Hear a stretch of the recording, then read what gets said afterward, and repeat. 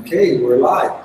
Hello, everyone. My name's Ed Gonzalez. I'm filling in for Bill Kennedy here at Go Miami.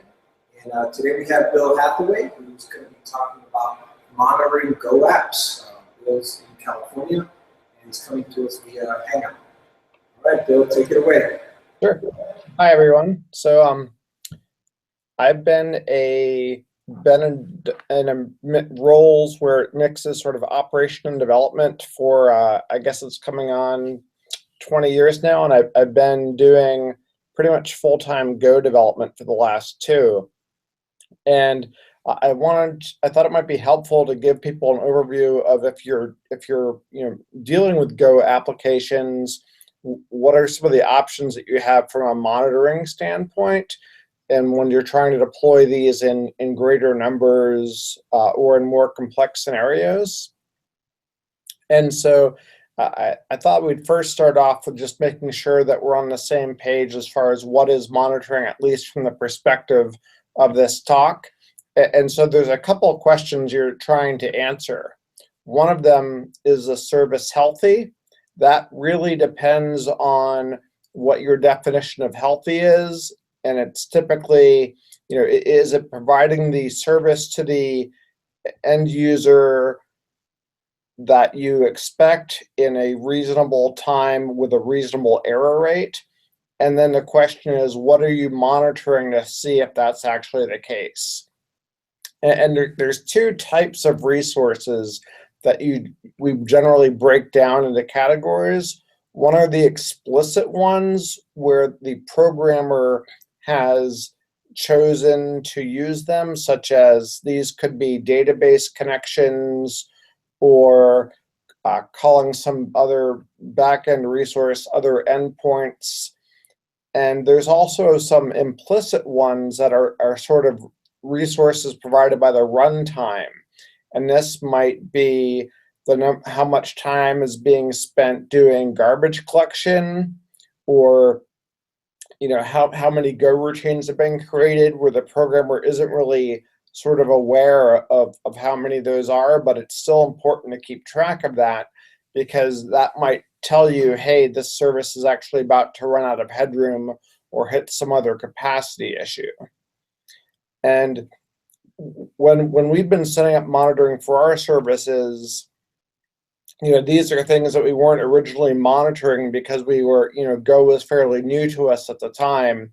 And so this talk sort of reflects the journey that me and my teammates took as far as getting our services up and well monitored as we switched to writing them largely in Go. And if you're coming from a background where you have a bunch of other services in different languages like Java or Ruby or Python, you might have come from a sort of a rich background. Like Java has an agent-based virtual machine where it's very easy to just stick in a module that someone gives you that might capture a whole bunch of great metrics. So if people have used services like New Relic, they'll just give you a jar file. You pass a couple options to Java, and all of a sudden you're capturing all of this great runtime information and which endpoints are being hit. Ruby and Python also have some similar packages that let you do that. And so today, obviously, we're going to focus on Go and tell you what are some of the things you can do that can give you a similar experience when you're dealing with apps that are written in Go.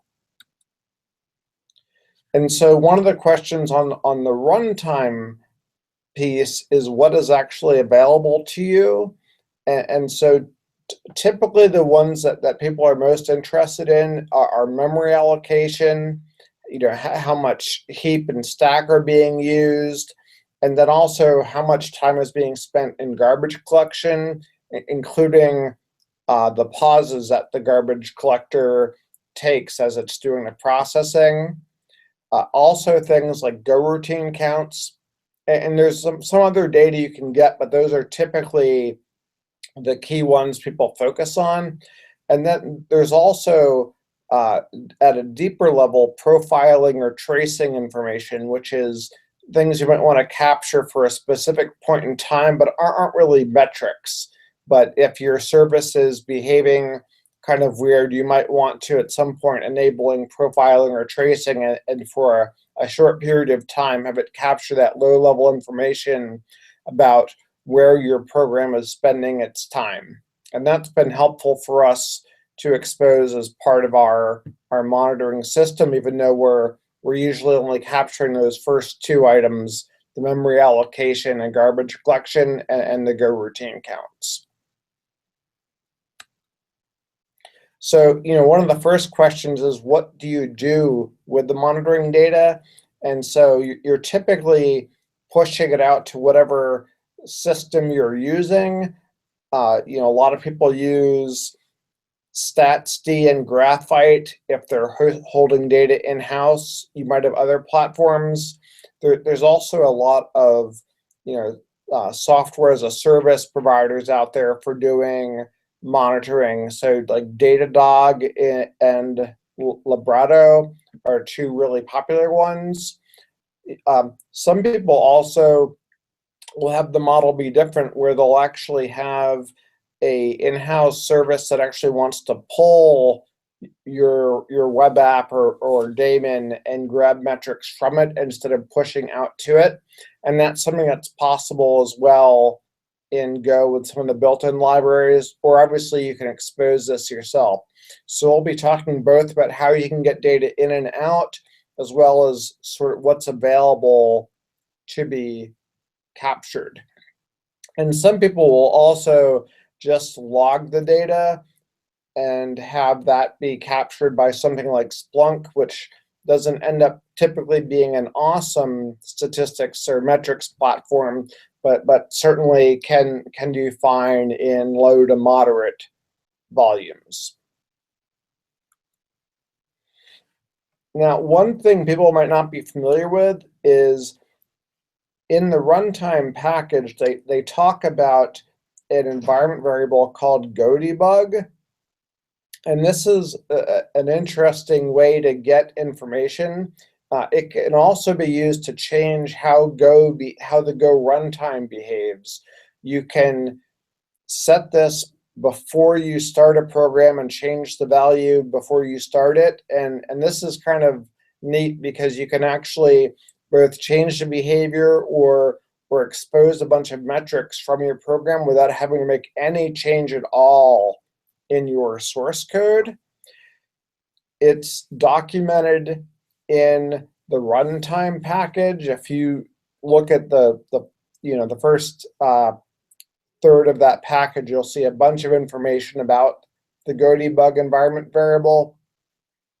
And this is really nice because you can take something that has been built and rolled out into production, and if you need to gather some metrics, you can often get some data out, although it might be in a bit of an odd format, but you can do that by just changing an environment variable and restarting it. And we'll look into what are some of the pieces of data you can get out of that. If you've looked at that at GODEBUG before in the 1.4 release of Go, it had a lot of good information, but they've updated it and added some new documentation and new behavior in the 1.5 release, which came out yesterday. So I encourage you, even if you have been familiar with it in the past, to go take a look at it again. And so there's two levels of information that you can get out. One of them is garbage collector stats, and then there's also a schedule detail, which is the sort of the state of the scheduler, how many processes, threads, go routines are being used. And then there's also another setting called sched trace, which if you're trying to get the scheduler data out, it tells it how frequently to write that. And if you're going to be enabling GC logging, the format looks really weird, but it gives a lot of good data. And we'll just flip through this. And so here's just a sample. If I set this GODEBUG variable, I set GC trace equals 1 and started my web server, I'd start getting tons of lines spewed out that look like sort of something is broken, but I tried to break down for you guys what those individual fields mean. And don't be nervous by this wacky format. There's people that have written tools that know how to interpret this data. So Dave Cheney wrote a tool called GCViz, which basically grabs that format and then puts it for you in like a nice graph. And so it's pretty easy to turn into something actionable even without writing a line of code inside your app specific to this. And so that's a pretty convenient way to do it, although it's not awesome for like long-term metrics. Like I said, there's also the ability to grab scheduler data through that GODEBUG variable.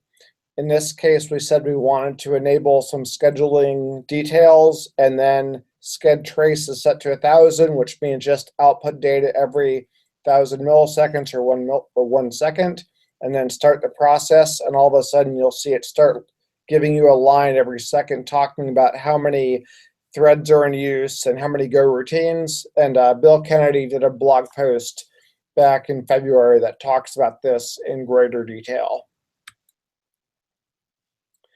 If you want to start capturing low-level detail and then outputting that somewhere, the two of the main calls that you would enable in your program are in the runtime package. There's a read memstats call, which breaks down to probably about 20 different fields, but in general, it's how much memory is allocated, how much is on the heap versus the stack, and then also some summary data for the garbage collector, like how much time has been used, how long it's been paused. People find those really helpful. And then also things like the number of Go routines that are in use. And that's been a way that we've been able to find a few cases where we've been leaking Go routines. We'd run an endurance test and use these modules to output these metrics. And then we'd see over time, hey, we're leaking Go routines. And when we do some work to find out where that resource leak is, whether it's Go routines or memory, or just that we're spending, how much time on doing garbage collection. Now, we talked about on a previous slide some calls you can do to actually like extract data from the runtime system. So then the question is, what do you want to do with that data? And there's a whole bunch of packages that can be used in Go to send data out to other services. And so I listed 3 of the popular ones. Richard Crowley has a Go metrics library, which lets you capture this data in a nice package. You can set it like metrics and gauges and then send this out to something like StatsD or Graphite. PagerDuty uses Datadog, so they made a library available that can send your metrics up to Datadog. And the third one here is a package called Go Relic, which lets you send your data to New Relic. And that's kind of nice if you're using New Relic for your other apps, like if you have Java or Ruby or PHP apps that are sending data to New Relic. If you use Go Relic, you can also send a lot of your metrics up so it's visible in that same location as all your other apps, even though they don't officially support Go. So that's been something nice we've looked at as well. And here's just a simple function that you might want to use if you want to capture a few stats and then do something with it. In this case, all I'm doing is printing this out to standard out every interval, but I'm grabbing the memory statistics and the number of Go routines and then printing a few token values out. And you would just launch this as a Go routine when your program starts and have it loop forever as long as it's running every minute or whatever you set the interval to, and get that data out. Obviously, you could choose to have it send the data to whatever other service you want, but your data collection can be as simple as this for some of the platform data. And obviously, you'd probably also want to be gathering some of the implicit data, explicit data as well, such as like your Redis connections or database connections or response times, error codes, that sort of thing. Now, there's another way that Go allows you to expose variables for when people have a architecture where they want to be pulling data from your service for monitoring. And the expvar is basically a summation of two words of exposing variables. And if you have a web handler on your server, it's as easy as doing importing the expvar package. In this case, if we're not doing any other custom data, we have to import it with the underscore. And by default, that'll actually expose the runtime memory and GC information and the command line data. That part isn't too exciting, but it exposes it through your web server that you have on your app under the /debug/vars path. And if you want to add custom data to it, it's really simple. And so if you've enabled expvars and you have your web port running on 8080, someone could just curl it and all of a sudden they'd be getting back statistics. And so this is a truncated example, but you'll see what the command line was, and then it would be a bunch of memory statistics and GC statistics. Like I said, super easy to get up and running. And if you wanted to add some custom data to it, that's pretty straightforward too. So in this case, we might want to start adding some connection counts we have. And so we're basically in the expvar package saying to create another map, and we're adding some data to it for like Cassandra and Redis, our connection counts. And then if we curled our web server again later, we'd see extra data in there now for the connections, and we'd see that there is 50 Cassandra connections and 42 Redis connections, as well as the memory data we looked at earlier. So like I said, it's super easy to use the expvar package to make it so that people can pull metrics from your server if that's the direction you want to go. If you want to do on-demand profiling, there's a runtime pprof package, and that has a few calls that are noteworthy, and it's mostly about starting and stopping CPU profiling, and you pass it a writer. Typically, you'll end up writing it out to a file, but you could also write it out to a buffer and send that data somewhere. And then you can also capture a heap or a memory profile. And a way that you might want to use this is on your web server, if you want to make it so that you can grab a profile on demand, you could have a profile handler installed, which basically just creates a file somewhere on the local file system of the web server, starts the profiler, runs it for 30 seconds or so, stops it, and then tells you where that path is. And that's really handy for operations and developers to do. We've used this technique quite a bit when I was at Comcast. There's also another package, net pprof, which sort of builds in some of that and makes it even easier. So then you have hardly any code. And with that, you can also then easily use the Go tool to talk straight to your web server and debug things to generate traces or profiles very simply. And so that's another great debugging technique. Although I do want to give a warning out for people that are considering these for end user facing applications. While they're great at making it very easy to do, you're also exposing this to everyone if you have a single HTTP listener that's presenting both these expvars and the pprof data, as well as your other APIs. And so the way that we approached this at Comcast was that we had two different web server instances running in the same application. One of them would provide the end user facing ones and be on a custom HTTP server. And then we'd have a separate one which wasn't accessible from the world. It was only accessible from our internal network. And that's how we'd expose expvars and net HTTP, pprof, or other sensitive APIs. But I just want to make sure people are aware of that so they don't accidentally let people, like, some random user start turning on your profile or getting other sensitive metrics that you might have.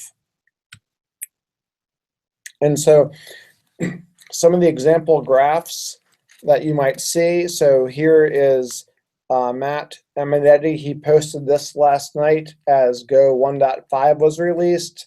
They deployed it, and you can see he is actually charting the GC pause time and how much time the GC is spending running.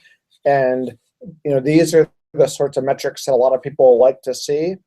And so I think he's using Datadog or Libretto, but you can see how nice it is to be able to look at a graph of the metrics to see how well your service was doing.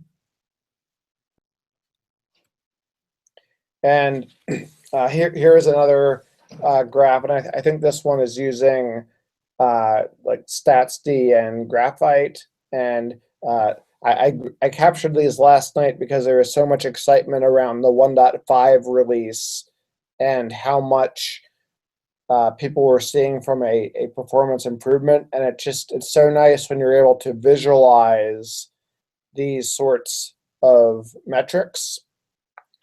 And so this is another one. And like I said, a lot of these are really simple. All they're doing is often using those runtime calls to get the memory statistics, and then passing that along using one of those packages to send the data out to whatever their metric system is. And so I'm happy to, that's what I have for slides. I'm also happy if people have questions about like what they're monitoring or different techniques or other challenges they've hit. I'd be happy to answer any questions, or people can send them to me via email, and I'm happy to have a talk or on the Gopher Slack site. Yeah, let me see if anybody has any questions. Well, I'd like to hear some of the real world examples where he got some of this data and what did he do with it. Sure. So we've been running. Oh, if you want to switch to your video feed. Yeah. Thanks. Thank you. A second.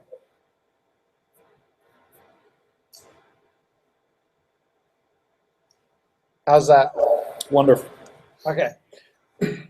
And so I just switched employers like 2 weeks ago, and so all of the right now I'm not working on the Go monitoring stuff like the last 2 weeks, but for the 2 years before that we were like heavily involved at times in doing this. So if I sound weird about we or them, it's just because I've just switched jobs.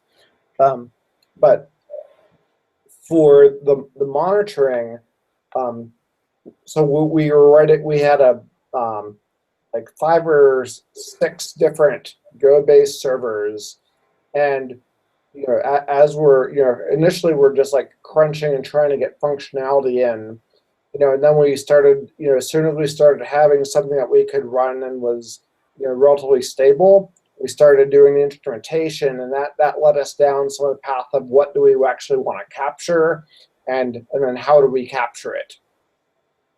And what we would find is we'd often have resource leaks in the beginning, especially as we were relatively new to Go, and then so those got less over time. But as we were first starting out, and once we started instrumenting it and saving all that GC data and the memory allocation data and graphing that, we'd run longer term tests. So we might run a test. Before we were just running like a 5-minute test and do some quick benchmarking. Then we start running longer ones, and we'd be able to then graphic what a memory profile looks like and the number of Go routines. And in a bunch of cases, we would catch instances where we were leaking memory. Like under a steady load, we would just see the memory keep on increasing, and then we'd know, okay, well, let's go back and let's start focusing on taking some like heap dumps or tracking down where this is happening, or Go routines. Like the number of Go routines kept on going up over time. That is bad. If it's under a steady load, then you definitely got a leak that you need to track down. And without having these metrics exposed to us, all we would have had is, oh yeah, it runs good for a day at this load, and then it dies, and we'd be sort of like just having to really poke around. But having these metrics exposed to us made it very clear on what aspects we needed to look at. And then, so that's for capturing the general data, like the runtime stuff, the GC stuff, the Go routines. From the profiling perspective, that was nice because we could be running, we typically run like a moderate load test on things. And then while that is happening, in the middle of it, we would just hit one of the URLs where we had the profiling enabled, and then capture like a 30-second or 1-minute window during that moderate load test, and we could see then where all that CPU was being spent, and then easily trace down. And many times we got surprised at where there were hot code paths. And obviously having that available was extremely helpful in doing performance optimization, besides just the general not having leaks of CPU or memory. Did that answer your question? Yeah. Okay. Great explanation. Can you tell me on some of your tests what you discovered? Like you said that there were places you were surprised when you turned on the profile. Sorry, I'm having it's kind of faint and a little echoey on the audio. When you mentioned that when you turn on the profiler, sometimes you're surprised to notice like what functions or features were taking up the most CPU. Like, I guess, do you remember any things that you thought were innocuous that were taking more CPU? Oh yeah, so we were doing a lot of logging, and there's a lot of turning different. We had there was an in-house logging library, and that was actually doing lots of JSON transformations, and we could actually see very excessive amounts of time being spent in that, because all the JSON stuff is reflection based, and so switching out from using the standard library reflection packet to having one that was more optimized for the vast majority of cases, and that actually saved us a significant amount. And then there was a couple other things where we were just being silly in routines, and we thought certain values might be really small, and where we could do like maybe we weren't like caching data correctly, and you just see some routines being called way more than they should have been. And so that would, in those cases, would be changing around like, what we cached, or saying, oh, this actually should be in we should be using like a